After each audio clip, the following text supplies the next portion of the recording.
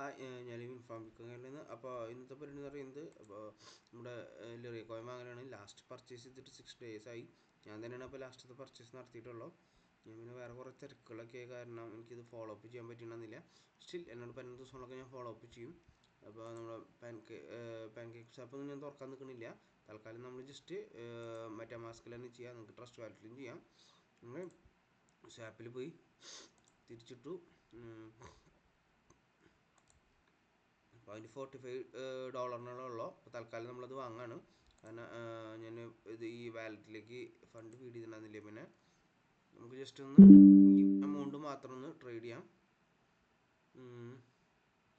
Okay, ഒരു cell നടന്നു. I think ഇല്ല, ബയ്യ നടന്നാണ്. ഓക്കെ ഓക്കെ, കൺഫർമേഷൻ ആയിട്ട് ഓക്കെ. ഏതോ സെല്ല് നടന്നല്ലോ ഇതിനിടയിൽ. How that's happen?